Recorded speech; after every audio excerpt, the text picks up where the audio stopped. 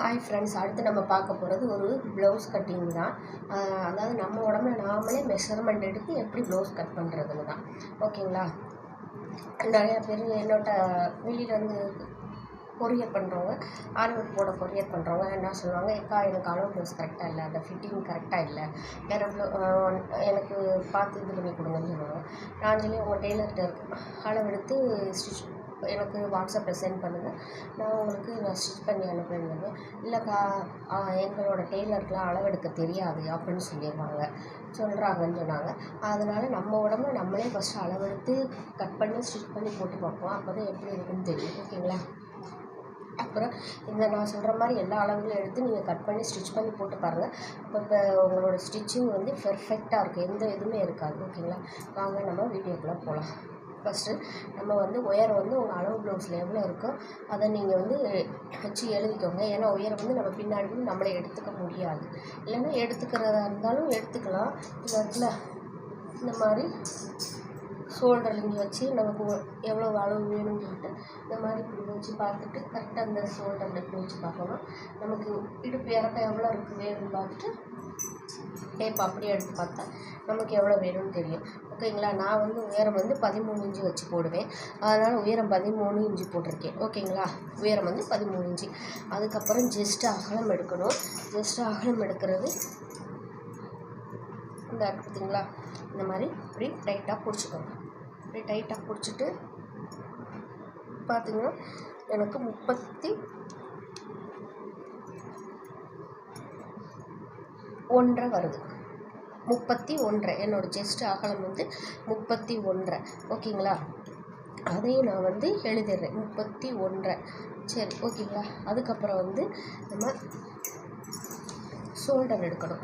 Shoulder இதாக இருக்குது பார்த்தீங்களா, ப்ளவுஸ் நம்ம போட்டுருப்போம் இல்லையா, இந்த கரெக்டாக அந்த ரவுண்டு வருது பார்த்தீங்களா, இங்கே வச்சு கரெக்டாக பின்னாடி கூடி இந்த மாதிரி அந்த ரவுண்டு வருது பார்த்தீங்களா, கரெக்டாக அங்கே வச்சுக்கோங்க. அது மாதிரி இந்த கையிலையும் நமக்கு இந்த மணிக்கட்டு இது தெரியும், அங்கே கரெக்டாக வச்சு பார்த்துக்கோங்க. இந்த மாதிரி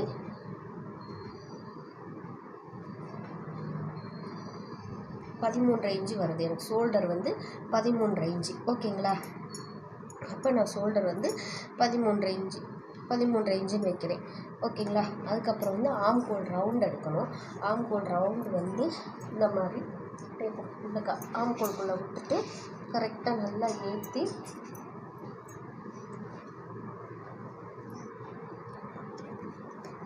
நல்லா எடுத்து விட்டுருங்க.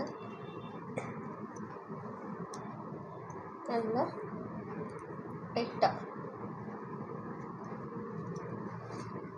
டைட்டாக பிடிச்சிக்கோங்க. எனக்கு ஆம்கோல் ரவுண்டு 14 இன்ச்சு வருது. ஆம்கோல் ரவுண்டு 14 இன்ச்சு வருது. ஓகேங்களா? ஆம்கோல் ரவுண்டு 14 இன்ச்சு. அதுக்கப்புறம் இந்த இடுப்பு எடுக்கணும். இடுப்பு எவ்வளோ வருதுன்னு பார்க்கலாம்.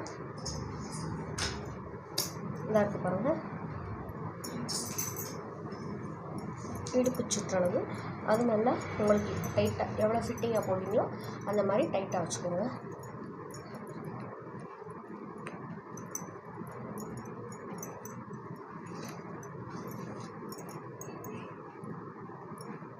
இந்த மாதிரி டைட்டாக வச்சுக்கோங்க. எனக்கு 28 இன்ச்சு ஒரு விரல் உள்ளக்க வச்சுருக்கேன், 28 இன்ச்சு வருது. அப்போ நான் இடுப்பு சுற்றளவு 28 இன்ச்சுன்னு எழுதிட்டேன். ஓகேங்களா? அதுக்கப்புறம் இந்த முன்னாடி இறக்கம், நம்ம கப்போட இறக்கம் எடுக்கணும் இல்லைங்களா, அது பார்க்கணும். கரெக்டாக அந்த ஷோல்டர் இருக்குது பார்த்தீங்களா, அந்த ஷோல்டரில் கரெக்டாக வச்சுக்கோங்க. கரெக்டாக வச்சுட்டு அந்த ஷார்ப் பாயிண்ட் வரைக்கும் எவ்வளோ இருக்குன்னு பாருங்கள். எனக்கு 9.25 இருக்குது. அது அப்படியே அடியில் கொண்டுட்டு போய் வச்சு பார்த்துக்கோங்க. இப்படி வச்சு பார்க்கும்போது நமக்கு தெரியும் கப்போட உயரம் எங்கே இருக்குது, எவ்வளோ வேணும்னு. எனக்கு வச்சு பார்க்கும்போது 11 இருக்குது. கப்போட உயரம் 11 இருக்குது. அப்போ நான் கப்போட உயரம் 11ன்னு எழுதிக்கிட்டேன். ஓகேங்களா?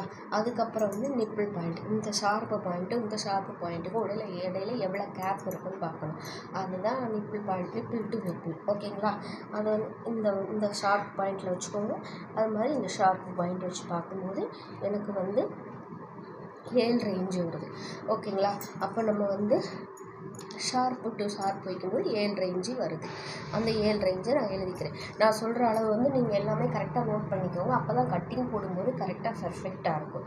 ஓகேங்களா? நீங்கள் அப்படி ஏதாவது ஒரு அளவு எடுக்காமல் விட்டுட்டு கட்டிங் சரியாக இல்லைன்னு சொல்லிடாதீங்க. ஓகேங்களா? நான் சொல்கிற அளவுக்குள்ள கரெக்டாக எழுதிக்கோங்க.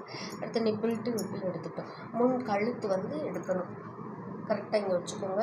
வச்சுட்டு முன்கழுத்து உங்களுக்கு எவ்வளோ இறக்கம் வேணும்னு பார்த்துக்கோங்க. எனக்கு 6 இன்ச்சு முன்கழுத்தோட இறக்கம் வந்து 6 இன்ச்சு கரெக்டாக ஷோல்டரில் வச்சுருக்கேன். இந்த பாருங்கள், இந்த லைட்டாக இங்கே இதாக இருக்குல்ல, இங்கே வச்சு கரெக்டாக வச்சு பார்த்தா எனக்கு வந்து முன்கழுத்து வந்து 6 இன்ச்சு. அப்போ அந்த 6 இன்ச்சு வந்து நான் எழுதிட்டேன் முன்கழுத்து. பின்கழுத்து நான் எப்பயுமே யூஸ்வலாக 8 இன்ச்சு தான் வைப்பேன், அதனால் 8 இன்ச்சு.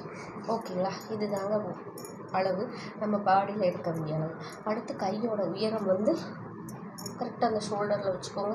வச்சுட்டு இந்த உயரம் பார்த்துக்கோங்க. 5.5 இன்ச்சு இருக்குது. என்னோடய ஸ்லீவ் உயரம் வந்து 5.5 இன்ச்சு.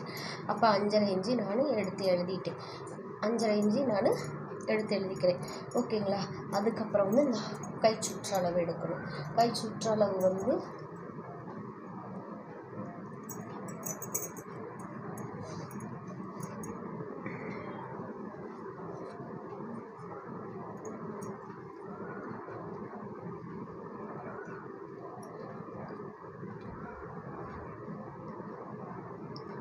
சுற்றளவு வந்து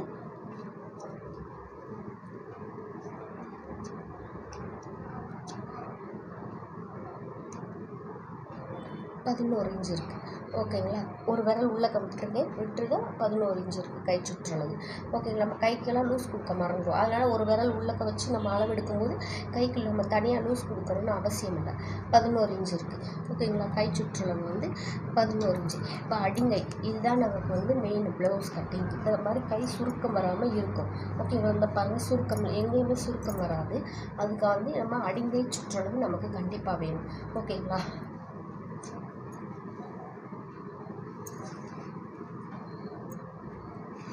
இந்த மாதிரி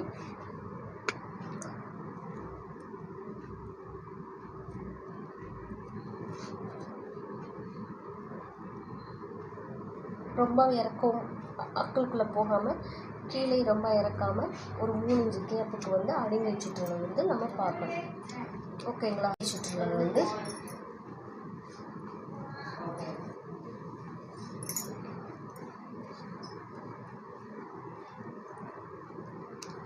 13 இன்ச்சு வருது. அடிங்கை சுற்றளவு வந்து 13 இன்ச்சு. அது ஒரு விரல் நான் வந்து உள்ளக்க வச்சுருக்கேன். ஓகேங்களா? அடிங்கை சுற்றளவு வந்து 13 இன்ச்சு. இதுதாங்க ஒரு ப்ளவுஸோட எல்லாமே. ப்ளவுஸோட என்னென்ன தேவையோ அத்தனை எடுத்தாச்சு. இதை வச்சு நம்ம கட் பண்ணி ஸ்டிச் பண்ணணும். அதையும் நான் ஸ்டிச் பண்ணிவிட்டு உங்களுக்கு போட்டு காட்டுறேன். ஃபிட்டிங் எப்படி இருக்குன்னு பாருங்கள். ஓகேங்களா?